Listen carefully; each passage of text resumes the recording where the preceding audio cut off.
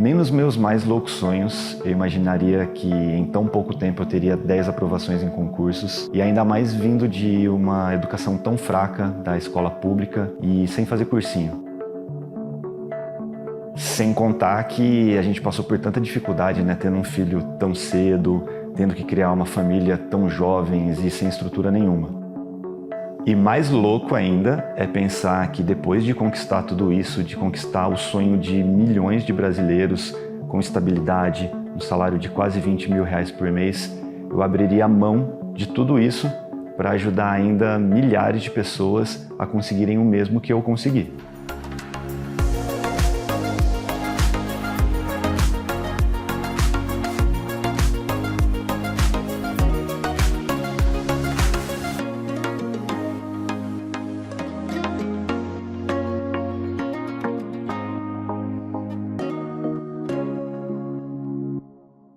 Eu tive uma base escolar muito fraca, né? Assim como milhões de brasileiros que vêm das escolas públicas.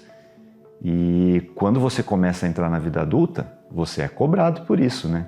E lá, com meus 17 anos, eu achava que a única forma de você ter uma vida próspera, uma vida profissional legal, seria fazendo uma boa faculdade, conseguindo um bom emprego em uma boa empresa. E eu tinha esse sonho. Eu acho que a maioria dos jovens tem ainda. Mas aí eu tomei um tapa de realidade. Eu descobri que sem currículo, sem indicação, eu não teria sucesso. E eu não tinha nenhum dos dois. E eu só descobri essa realidade depois de muitos nãos jogados na minha cara e de um grande trauma que eu sofri quando eu tinha mais ou menos os meus 20 anos. E eu me lembro como se fosse ontem desse dia. Eu estava na faculdade de jornalismo, tinha acabado de começar, eu era bolsista, e eu queria muito um bom emprego. E eu consegui passar em uma entrevista para uma única vaga em um grande banco. E, cara, eu sabia que era algo bem corporativo. Eu lembro que eu tive que comprar um terno com dinheiro que eu não tinha naquela época. E fui fazer a entrevista. Chegando lá na dinâmica de grupo, tinham muitas pessoas, mas aconteceu uma coisa que foi surreal. Ficou muito claro que tinha uma pessoa indicada ali dentro. E eu hoje consigo entender que aquilo aconteceu de forma proposital para deixar todo mundo incomodado mesmo. Uma das meninas, ela foi indicada pelo diretor desse grande banco. E a entrevistadora contou pra gente isso. Ela perguntou, você é a fulana de tal? Você que foi indicada pelo diretor e tal? E, cara, aí eu parei assim, todo mundo parou e ficou olhando para aquela conversa. Elas ficaram uns 10 minutos falando sobre como aquele diretor era uma ótima pessoa. Eu confesso que eu até peguei um pouquinho de carinho pelo cara, de tanto que elas falaram bem dele. Só que, cara, foi surreal. Ficou muito claro ali que aquela menina estava indicada e a vaga era dela. Não tinha sentido eu estar ali naquela entrevista. Eu comprei um terno com dinheiro que eu não tinha, era longe demais de casa. Eu lembro que eu peguei ônibus, trem, metrô, mais um ônibus. Eu fiquei quase 4 horas para chegar, tava um calor absurdo, eu suando naquele meu terno novo. Sabe o que eu fiz no meio da entrevista, quando deu isso? Eu perguntei para a menina lá, falei, eu posso tomar uma água lá fora? Aí eu fui, tomei água, apertei o botão do elevador e fui embora. Toda vez que eu falo sobre essa história, eu confesso que eu fico um pouco alterado, não tem como, eu não consigo esconder. Mas assim, hoje eu tenho maturidade para entender que esse foi um dos melhores momentos da minha vida. Se não fosse esse momento, se não fosse esse trauma, eu não teria tomado a decisão de estudar para concurso, porque foi exatamente ali que eu tomei a decisão, indo embora daquela entrevista. Eu estava suado, sabia que eu teria que pegar mais 3, 4 horas de transporte público naquele terno, e eu fiquei pensando, eu não posso mais me submeter a isso. Eu preciso achar uma solução para fugir disso. E eu sabia que o único mundo em que eu teria sucesso, que não dependeria desses fatores, era o concurso. No concurso, tudo seria resolvido ali, com uma prova objetiva. E se eu dominasse esses fundamentos, eu mudaria a minha vida. E foi ali no trem mesmo que eu comecei a bolar meu plano. Eu ia largar a faculdade de jornalismo, iria começar imediatamente a faculdade de Direito e totalmente focado em concursos. Ali eu sabia que só dependeria de mim. Sem indicações, sem politicagem, tudo só depende de mim. Mas aí eu encontrei um probleminha, que eu não sabia nada sobre esse mundo, eu tinha uma base escolar muito fraca e eu não tinha grana para investir pesado nos estudos. Eu confesso que bem no comecinho eu queria muito fazer cursinho, né? Porque Todo mundo seguia esse caminho natural. Só que eu não tinha a mínima condição naquele momento de entrar em qualquer bom cursinho. E como eu não tinha como fazer o cursinho, eu tive que estudar ali do meu jeitinho, né? Eu criei o meu próprio formato de estudos. E que pode parecer um pouco estranho para quem está totalmente acostumado com aquele formato tradicional de estudos, mas que é muito eficaz. Ele é muito mais efetivo do que aquele formato tradicional que a manada dos concurseiros segue às cegas. E com esse jeitinho que eu criei, eu sempre consegui resultados muito acima da média, inclusive com a minha aprovação no primeiro concurso, estudando apenas 3 meses depois que saiu o edital. E eu segui meio que por instinto isso no começo, mas depois eu entendi por que eu tinha resultados tão rápidos, por que em muitos concursos eu tive resultados até 10 vezes mais rápidos que os meus concorrentes, porque eu estudava menos e melhor.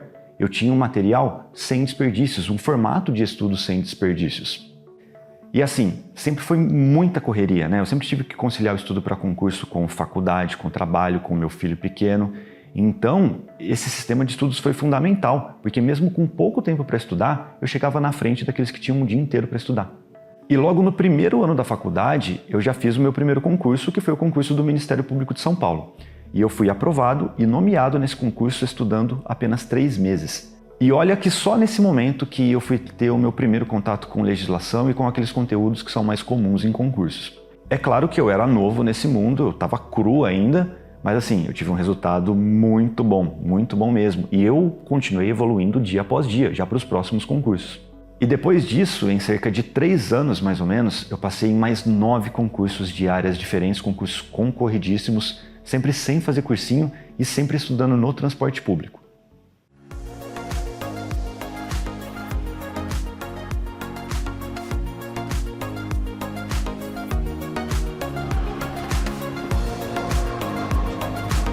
O trem e o metrô, eles sempre fizeram parte da minha vida. Por muitos anos eu trabalhei na capital, que é 2 horas de distância da minha casa, e ali era o meu cantinho de estudos. Foi no trem lotado que eu tomei a decisão de estudar para concurso.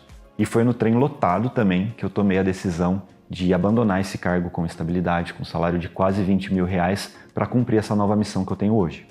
E com o tempo, com a experiência, eu fui me desenvolvendo e eu aprendi a ler esse mundo dos concursos.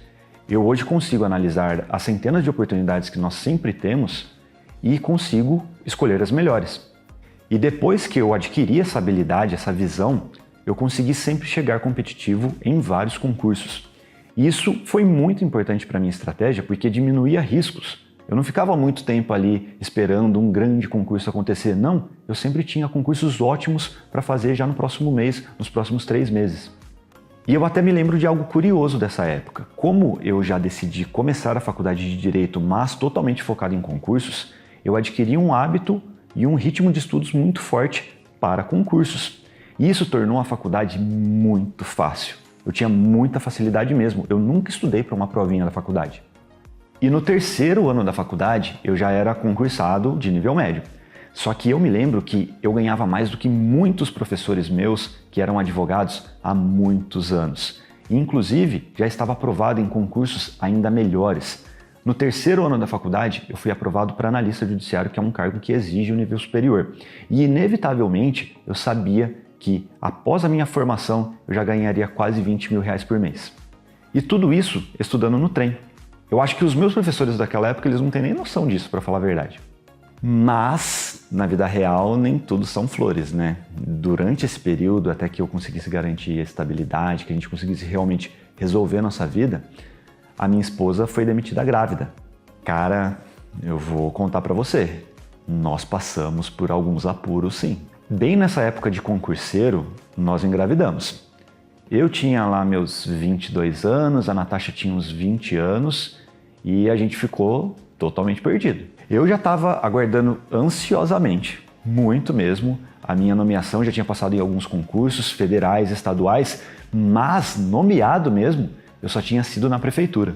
Lá eu ganhava cerca de R$ 1.400 mais ou menos, cara, era muito pouco para sustentar uma família. Para você ter uma ideia, a Natasha naquela época ganhava mais do que eu ganhava na prefeitura. Só que o nosso mundo desabou mesmo quando a Natasha foi demitida grávida e no final da gestação, cara. Aí você já deve imaginar mais ou menos qual que foi o nosso nível de desespero, né?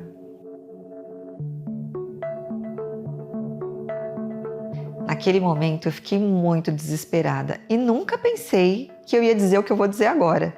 Ser demitida grávida no 9º mês de gestação foi uma bênção na minha vida. Se não fosse isso, eu tenho certeza que a minha família não teria uma vida tão boa como a que a gente tem hoje. Eu trabalhava numa grande multinacional da indústria farmacêutica e nunca pensei que eles iam me demitir grávida. Para mim, foi uma grande traição. Coincidentemente, no hospital público aqui da região, os bebês recém-nascidos estavam sob risco de vida. Então, a gente ficou muito desesperado. Pensamos assim, nem que a gente faça alguma dívida e vamos ter o nosso filho num lugar seguro, né? E acabamos nos endividando para ter o Pedro num hospital particular. E mesmo com todos esses problemas, essas dificuldades da demissão, do parto, a gente decidiu enfrentar tudo isso junto e fomos morar juntos. E esse foi um dos nossos saltos de fé. Alugamos um apartamento com dinheiro que a gente nem tinha. Inclusive, a construção do apartamento estava horrível, a rampa estava desfazendo.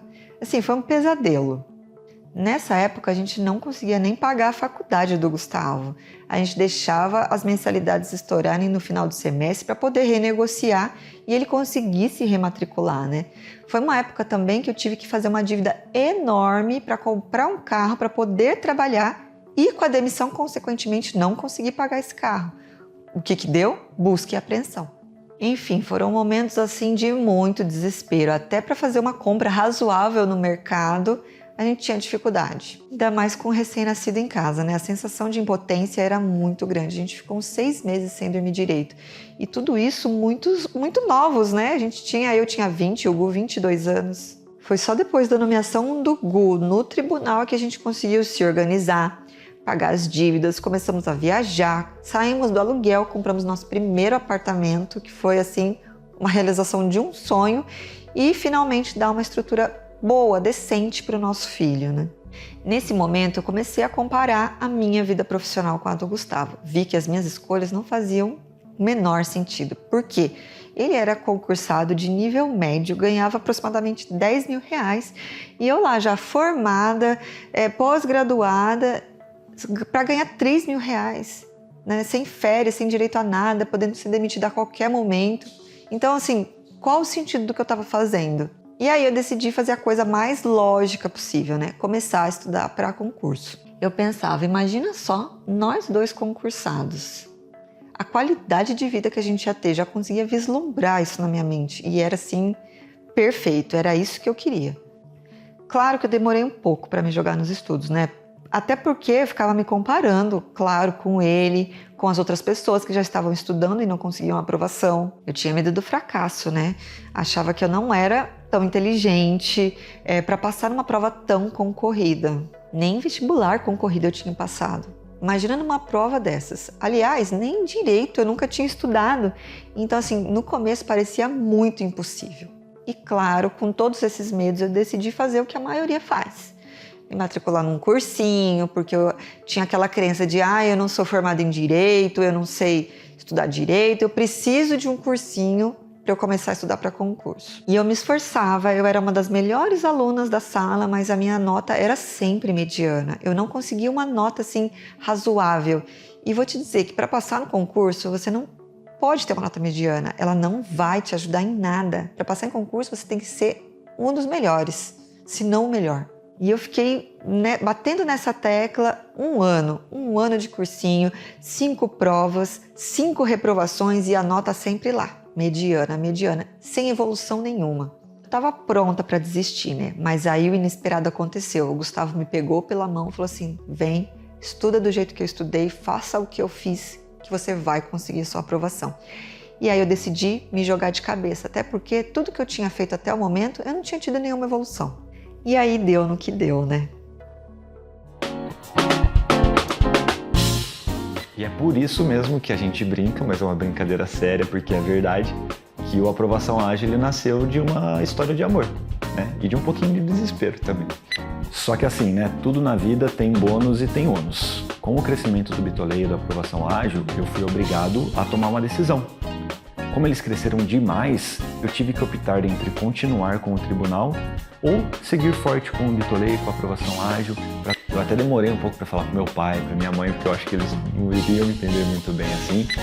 Então, assim, mais uma vez, um pé na bunda daqueles, mas que pode ser utilizado a seu favor, né? Tudo depende de como você reage, né, às coisas que acontecem na sua vida.